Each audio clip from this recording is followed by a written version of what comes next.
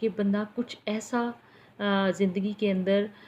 مقصد یا منزل کا تعین کر لے اور اس کے حصول کے لیے کوشش کرے، بجائے اس کے کہ کسی ایسے شخص کے لیے اپنے آپ کو ضائع کرے جو اس کی قدر ہی نہیں کرتا، کیونکہ بے قدرے لوگوں کی واقعی قدر نہیں کرنی چاہیے۔ اگر شعر کی تشریح کے حوالے سے ہم بات کریں تو اس میں محبوب کی بے نیازی، بے اعتنائی اور اس کی جفا کا اظہار ہے کہ وہ کتنا بے پرواہ ہے، کتنا لاؤبالی پن ہے محبوب کے اندر، کہ وہ عاشق کی حالت زار کو سمجھتا تھا، اس کی پریشانی کا اندازہ تھا کہ ایک شخص کسی کے بغیر ایک پل بھی نہیں جی سکتا، لیکن وہ اتنا بے رحم ہے کہ شاعر نے اس کے لیے صیاد کا لفظ بطور استعارہ استعمال کر لیا کہ وہ بے رحم شکاری ہے جو خبر بھی لینے نہیں آیا، کہ ایک شکاری بھی جب شکار کرتا ہے تو وہ بھی جس کو شکار کرتا ہے جا کر دیکھتا ہے کہ وہ پرندہ جو ہے وہ مر گیا ہے یا ابھی وہ حالت نزا میں ہے، اس کو ذبح کیا جا سکتا ہے، لیکن وہ تو شکاری سے بھی زیادہ ظالم ہے کہ اس نے اپنے شکار کی خبر تک نہیں لی کہ وہ کس حال میں ہے۔ دوسرا شعر ہے، مدت ستی مشتاق ہیں عشاق جفا کے۔ مشتاق کا ہوتا ہے شوقین ہے، مدت ستی یعنی روز ازل سے، عرصہ دراز سے جو عاشق ہوتے ہیں وہ شوقین ہوتے ہیں کس چیز کے؟ کہ جفا سہنے کے۔ بیداد، بیداد کہتے ہیں ظالم، ظلم، بیداد کہ وہ ظالم بیداد نہ آیا، یعنی ظلم کرنے والا ظالم نہ آیا۔ وہ کہتے ہیں ظلم تو یہ ہے کہ وہ نہ آیا۔ یہاں پہ دیکھا جائے تو یہ ایک مسلسل غزل ہے کہ ایک ہی سبجیکٹ ہے، ایک ہی موضوع ہے اس کے اندر کہ محبوب ظالم ہے، بے نیاز ہے، خبر گیری نہیں کرتا، اور اسی چیز کو مختلف اشعار میں مختلف زاویوں سے بیان کرنے کی شاعر نے کوشش کی ہے۔ اب محبوب کی جو ظلم و ستم کی عادت ہے اس کو اگر دیکھا جائے تو جو شاعر اور عاشق ہوتے ہیں ان کو یہ سب برداشت کرنا اور سہنا اچھا لگتا ہے، کیونکہ فطری سی بات ہے جب بھی کوئی عادت آپ اپناتے ہیں، یعنی ایک کام کو آپ بار بار کرتے ہیں اور وہ آپ کی عادت بن جاتا ہے تو وقت گزرنے کے ساتھ وہ آپ کی عادت آپ کی فطرت کا حصہ بن جاتی ہے۔ اور محبوب کے ظلم و ستم سہ سہ کے عشاق یا شعراء اس کے عادی ہو جاتے ہیں، تو جب محبوب کی طرف سے ظلم و ستم کرنے میں کوئی تاخیر ہوتی ہے، کوئی دیر ہوتی ہے یا کوتاہی ہوتی ہے تو وہ فریادیں کرنے لگتے ہیں کہ محبوب نے اب ہم پر ایک مدت سے ظلم نہیں کیا۔ اردو شاعری کا یہ غیر فطری پن بعض اوقات ہمارے لیے باعث ندامت ثابت ہوتا ہے، کیونکہ محبوب تو مسلسل ظلم کرتا ہے، شاعر اسے برداشت کرتے ہیں، اور بجائے اس کے کہ محبوب کا ہاتھ ظلم سے روک دیں وہ خود اپنے اوپر مزید ظلم کرنے کی دعوت دیتے ہیں، کیونکہ عشرت پارائے دل لذت ریش جگر، کہ ان کو مطلب دل کے ٹوٹنے کا ایک خود شوق ہے اور ان کو دل کے زخموں کی تکلیف میں مزہ آتا ہے، ظلم کو سہنے میں ایک سکون ملتا ہے۔ تو ولی اس شعر میں یہی کہہ رہے ہیں کہ ایک عرصہ ہو گیا عاشق لوگ محبوب کے ظلم و ستم سے محروم ہیں، تو اب ان کی خواہش ہے کہ محبوب ان پر ظلم کرے، لیکن بجائے خود یہ ظلم کی بات ہے کہ محبوب ان پر ظلم کرنے نہیں آ سکا۔ وہ کہتے ہیں وہ آئے ہی صحیح، بے شک جس طرح سے ہی آئے، چاہے ظلم کرنے کے بہانے ہی آئے۔ اس پوری غزل کے اندر عاشق کو اپنے محبوب کا انتظار ہے اور وہ چاہتا ہے کہ وہ جس بھی بہانے سے، چاہے کسی اور سے ملنے کے بہانے آئے، چاہے جو بھی ہے جس طرح سے بھی ہے وہ آئے، اس کو صرف اس بات سے مطلب ہے۔ وہ کہتے ہیں وہ جو نہ آنے والا ہے نا اس سے ہم کو مطلب تھا، وہ جو نہ آنے والا ہے نا اس سے ہم کو مطلب تھا، آنے والوں سے کیا مطلب، آتے ہوں گے۔ یعنی عاشق کی یہ خواہش ہے کہ کسی نہ کسی طرح سے جو اس کا محبوب ہے وہ اس کی خبر لے، چاہے وہ ظلم کرنے کے لیے ہی آئے لیکن وہ اس سے شرف ملاقات بخشے۔ وہ آئے ہیں زود پشیماں لاش پر اب، کہیں ایسا نہ ہو کہ ان کے آنے میں اتنی تاخیر ہو جائے کہ عاشق اس دنیا سے ہی چلا جائے، جیسے ایک شاعر نے یہی مضمون باندھا ہے، وہ آئے ہیں زود پشیماں لاش پر اب، تجھے اے زندگی لاؤں، تجھے اے زندگی اب لاؤں کہاں سے، کہ اب تو سانسیں ہی نہیں چل رہی، اب ان کے آنے کا کیا فائدہ۔ اس لیے وہ کہتے ہیں اپنے محبوب کو ایک طرح سے بلا رہے ہیں کہ اس کو آنا چاہیے، اور ہر بات میں وہ کہتے ہیں کہ وہ نہیں آئے۔ تیسرا اس کا شعر ہے، جاری کیا ہوں جوئے رواں اشک رواں سے، افسوس کہ وہ غیرت شمشاد نہ آیا۔ جوئے رواں ہوتا ہے بہتی ہوئی ندی، تو اس سے مراد یہی ہے کہ اشک، آنسو۔ غیرت شمشاد، غیرت شمشاد، شمشاد ایک لمبے درخت کو کہتے ہیں، یعنی ایسا قد جس سے اس لمبے درخت کو بھی غیرت آئے۔ محبوب کے قد و قامت کا بھی ذکر ہو رہا ہے کہ اس کی خوبصورتی، اس کا دراز قد اور یہ سب چیزیں حسن کی علامت ہیں۔ تو شاعری میں عام طور پر لمبے قد والے محبوب کو پسند کیا جاتا ہے۔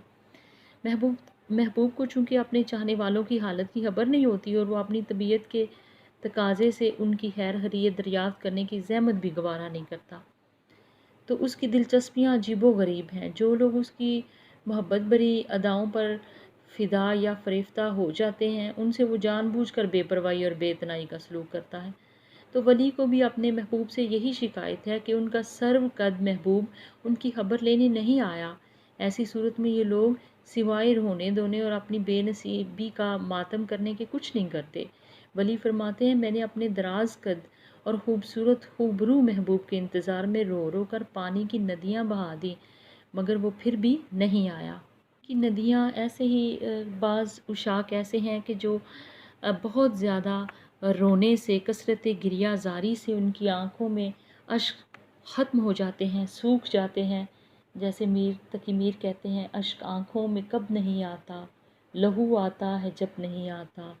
اور وہ کہ پھرے راہ سے وہ یہاں آتے آتے، اجل مر رہی تو کہاں آتے آتے۔ ایک تو محبوب سے ملنے کی بےتابی، بے قراری، اوپر سے انتظار کی کیفیت، اور پھر اس انتظار کے بعد اینڈ بھی وہی ہوا ہے کہ اتنی تکلیف اور کٹھن مرحلے انتظار کے سے گزرنے کے بعد بھی جب محبوب نہیں آتا تو پھر وہ تکلیف اور وہ پریشانی اور زیادہ دو گنا اس کا اثر ہو جاتا ہے۔ اور اس بنا پر وہ کہتا ہے کہ محبوب جب نہیں آیا تو پھر اجل ہی آ جائے، کیونکہ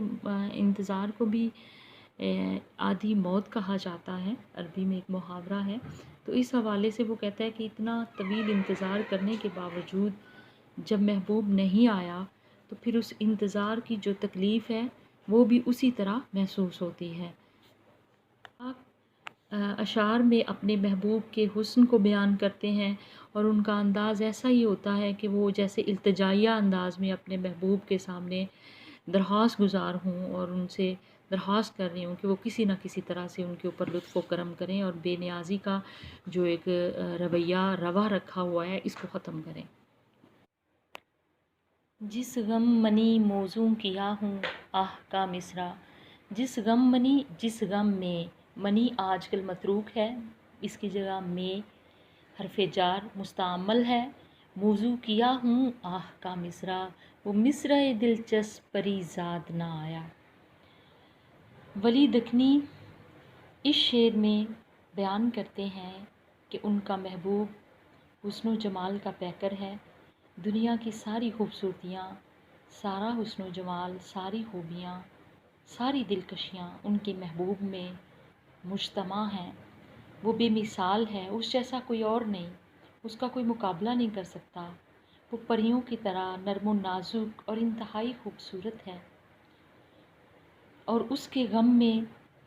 ولی دکنی نے جو شعر و شاعری کی ہے، جو خوبصورت اشعار لکھے ہیں، جو دلکش مصرع موزوں کیے ہیں، وہ کہتے ہیں کہ میرا محبوب ان خوبصورت مصرعوں کو بھی داد نہیں دے سکتا، کیونکہ وہ خود صاحب جمال ہے۔ وہ اپنے تمام جذبات و احساسات کے برخلاف اپنی مرضی کا مالک ہے۔ اسے کسی کی نہ ضرورت ہے نہ پرواہ ہے۔ وہ اپنی دنیا پہ مگن ہے، اپنی دنیا میں مصروف ہے۔ شاعروں پر قیامت بھی گزر جائے تو اسے احساس نہیں ہے۔ ولی یہی شکوہ کر رہے ہیں کہ وہ کہتے ہیں کہ جس خوبصورت اور پرکشش محبوب کے غم میں انہوں نے خوبصورت اشعار لکھے، کہے، وہ ان کے پاس یہ اشعار سننے کے لیے بھی نہیں آیا۔ اور اس کی وجہ اس کے سوا کیا ہو سکتی ہے کہ وہ خود کو بہت خوبصورت سمجھتا ہے، کیونکہ وہ پری زاد ہے، غزل کا خوبصورت مصرع ہے، اس وجہ سے اس کی نظر میں اس سے زیادہ اور کوئی خوبصورت نہیں۔ لیکن شاعر منتظر تھا اس کے آنے کا، اس کی آنکھیں اپنے محبوب کو دیکھنا چاہتی تھیں، اور اس کے انتظار میں اس کا یہ حال ہو گیا کہ اس کو کہنا پڑا، تمہاری دید ہی مقصد رہی جس کی بصارت کا، چشم منتظر پتھرا گئی کیا تم نہ آؤ گے۔ دیکھا جائے تو یہ غزل مسلسل ہے، اور اس کے ہر ایک شعر کے اندر شاعر کو اپنے محبوب کی آمد کا انتظار رہتا ہے، لیکن جب محبوب نہیں آتا تو پھر وہ اس بات کا اعتراف کرتا ہے کہ میں نے اس کے لیے یہ کچھ کیا، سب کچھ سہنے کے لیے تیار ہے، لیکن اس کا محبوب اسے دیکھنے نہیں آیا، اسے ملنے نہیں آیا، اس کا شعر سننے نہیں آیا۔ ساتھ میں محبوب کی تعریف و توصیف بھی بیان کر رہا ہے، اپنی حالت زار کو بھی بیان کر رہا ہے، اور اسے یہاں تک کہہ رہا ہے کہ اور کچھ نہیں تو کم از کم وہ ظلم کرنے کے لیے ہی آئے، کیونکہ محبوب جو ہوتے ہیں ان کو ظلم کرنے میں مزہ آتا ہے، اور عشاق کو ظلم سہنے میں لطف ملتا ہے۔ آخری شعر ہے، پہنچی ہے ہر گوش میں فریاد ولی کی۔ گوش فارسی کا لفظ ہے، مطلب کان، لیکن وہ صنم سننے کو فریاد نہ آیا۔ یعنی عاشق کی آہو فغاں اور اس کی گریہ زاری ہر ایک انسان تک پہنچی ہے۔ محبوب سے جدائی کے کڑے لمحے جو اس نے حوصلے اور برداشت کے ساتھ گزارے، وہ کہتا ہے اگر محبوب بھی ان کی طرف دیکھ لے، ان کی طرف توجہ کر لے تو وہ خوش ہو جائے اور پچھلے سارے غم اپنے بھول جائے، لیکن وہ کہتا ہے کہ ایسا زندگی میں کبھی بھی نہیں آیا، کیونکہ محبوب جو ہے وہ بدھ کی طرح ساکت ہے، اس پر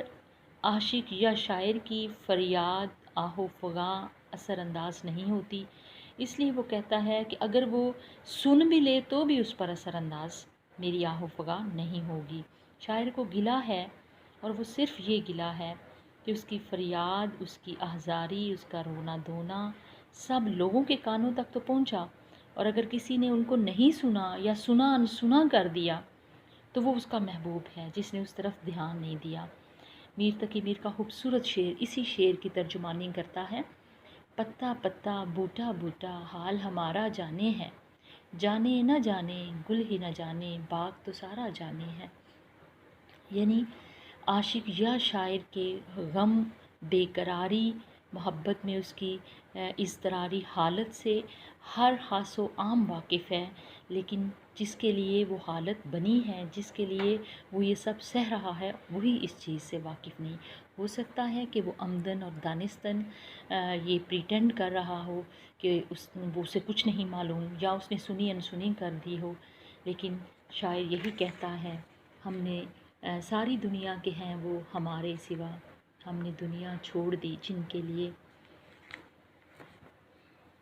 یہ تھی ولی دکنی کی غزل جو آج ہم نے پڑھی۔ امید کرتی ہوں آپ کو سمجھ آ گئی ہوگی، کوئی ایسی بات جو قابل فہم ہو، جس کی آپ کو سمجھ نہ آئی ہو کسی شعر کی تشریح کے حوالے سے۔ اور ایک چیز اور میں بتا دوں کہ غزل کے جو اشعار ہوتے ہیں ان میں موضوعاتی تنوع تو ہوتا ہے، لیکن اشعار ایسے بھی ہوتے ہیں جن کے تہہ در تہہ مفاہیم ہوتے ہیں کہ ایک شعر کے ایک سے زائد مفہوم، اور ولی دکنی کے اشعار کے اندر وہ گہرائی ہمیں نظر نہیں آتی۔ ہاں، ان کا جیسے میں نے پہلے بھی عرض کی کہ ان کا محبوب گوشت پوش کا ہے، اور وہ اپنے محبوب کے ساتھ بالکل اسی طرح سے محبت کا اظہار کر رہے ہیں جس طرح کوئی انسان کسی دوسرے انسان سے محبت کرتا ہے۔ اس میں کوئی آپ کو غیر حقیقی چیز نظر نہیں آئے گی۔ پھر بھی کوئی ایسی بات جس کی آپ کو سمجھ نہ آئی ہو، یا کسی شعر کی تشریح دوبارہ آپ سننا چاہ رہے ہوں، یا آپ چاہیں کہ اس کو مزید وضاحت کے ساتھ بیان کریں، تو کمنٹس میں آپ اس کا اظہار کر سکتے ہیں۔ اس کے بعد پھر میں اس کے مطابق آپ کو آگے پڑھاؤں گی۔ بہت شکریہ جی، اللہ حافظ۔